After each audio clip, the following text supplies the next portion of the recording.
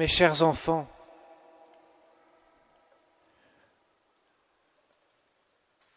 je suis dans le Père et le Père est en moi, nous dit Jésus dans l'Évangile. Autrement dit, Jésus nous dit « Je suis Dieu », comme le Père. Le Père est Dieu, moi le Fils, je suis Dieu. Et bien sûr, le Saint-Esprit est Dieu. Ce mystère se nomme la Sainte Trinité. 3 personnes en un seul et même Dieu.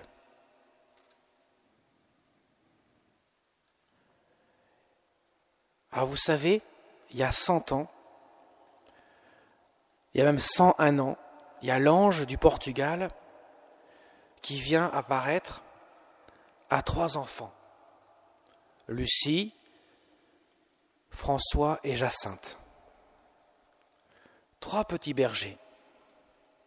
Et il leur enseigne une prière. Et justement, la prière parle de la Sainte Trinité. Il prépare les cœurs des enfants pour un autre événement encore plus important, pourrait-on dire.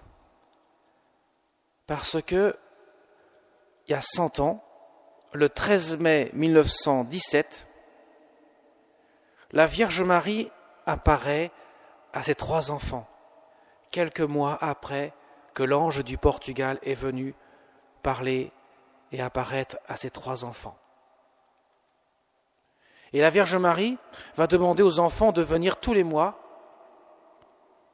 donc jusqu'au 13 octobre, pour cette rencontre. Et au cours de cette rencontre, la Vierge Marie va préparer les enfants à grandir dans l'amour de Dieu, dans l'amour de la Sainte Trinité.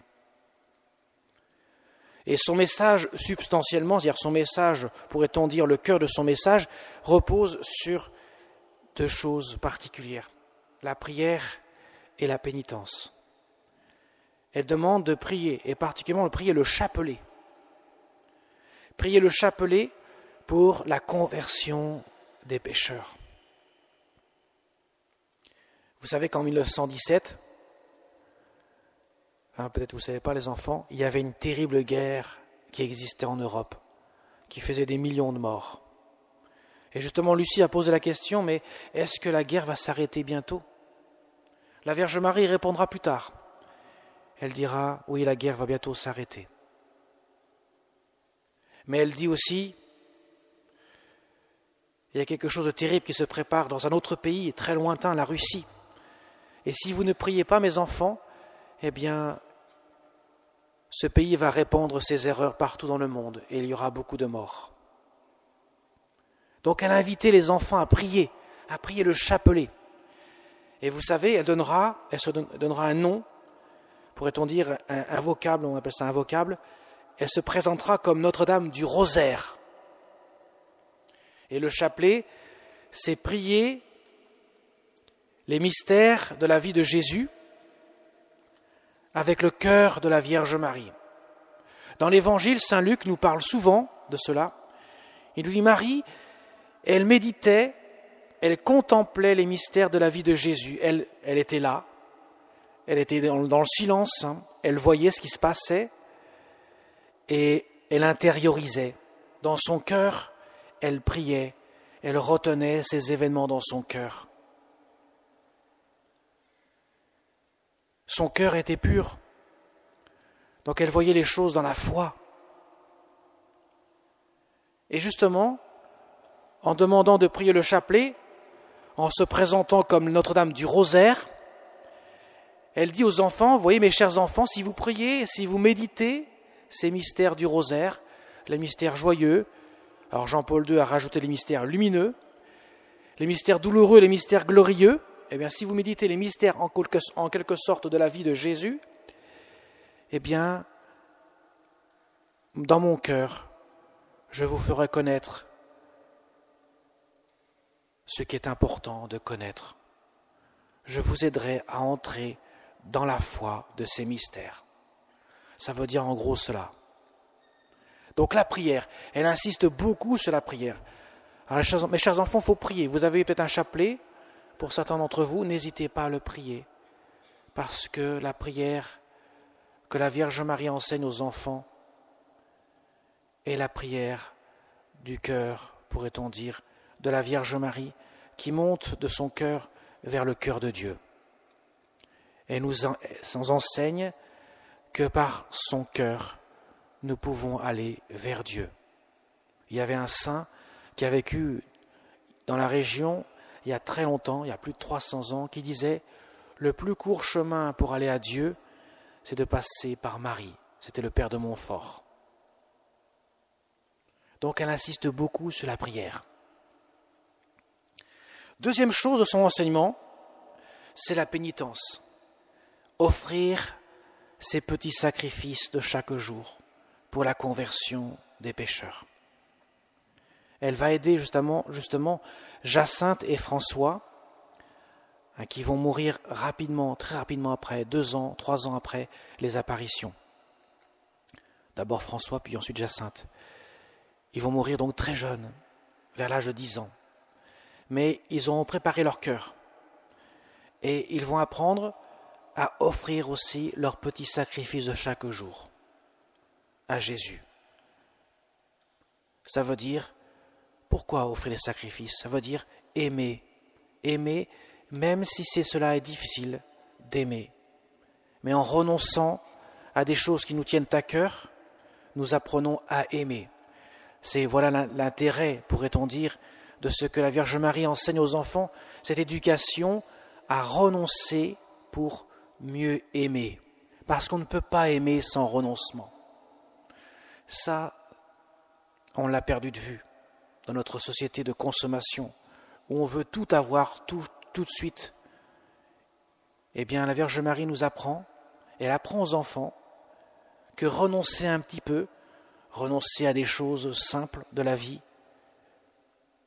pour les offrir à Jésus dans notre cœur, offrir ses sacrifices, eh bien, c'est aussi apprendre à aimer.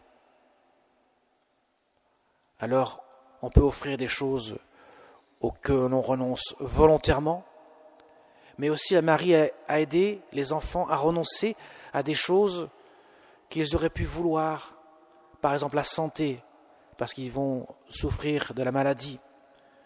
À l'époque, il y avait une maladie, la grippe espagnole, qui souvent faisait beaucoup de morts et qui vont emporter notamment les enfants.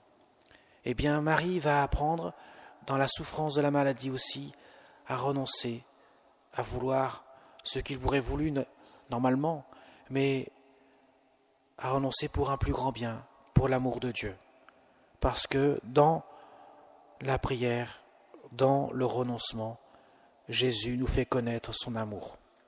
Et en quelque sorte, c'est communier, c'est nous unir à Jésus qui s'offre sur la croix pour nous et qui nous fait comprendre que l'amour parfois demande beaucoup de renoncement, parce que Jésus a renoncé à sa vie pour nous aimer sur la croix.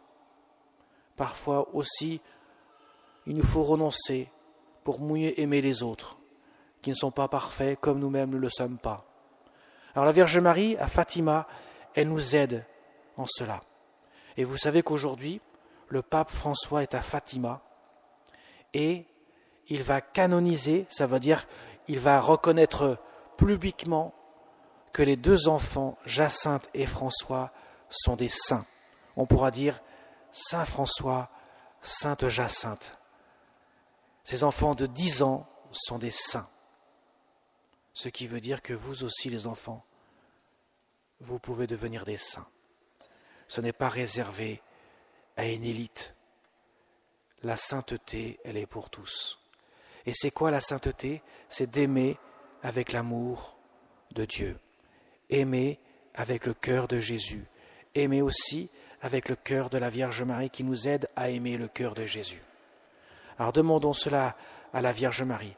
Parce que juste après la messe, à la fin de la messe, nous consacrerons la paroisse, donc nous tous, au cœur immaculé de Marie en ce jour de Notre-Dame de Fatima, comme l'a fait le pape François il y a 3 ans. Et je reprendrai sa prière pour que nous puissions demander à la Vierge Marie de nous aider, de nous enseigner comment prier, comment aussi apprendre à renoncer, à offrir nos sacrifices pour que l'amour de Dieu puisse se répandre davantage dans les cœurs, pour que nos cœurs puissent être dociles à l'amour de Dieu.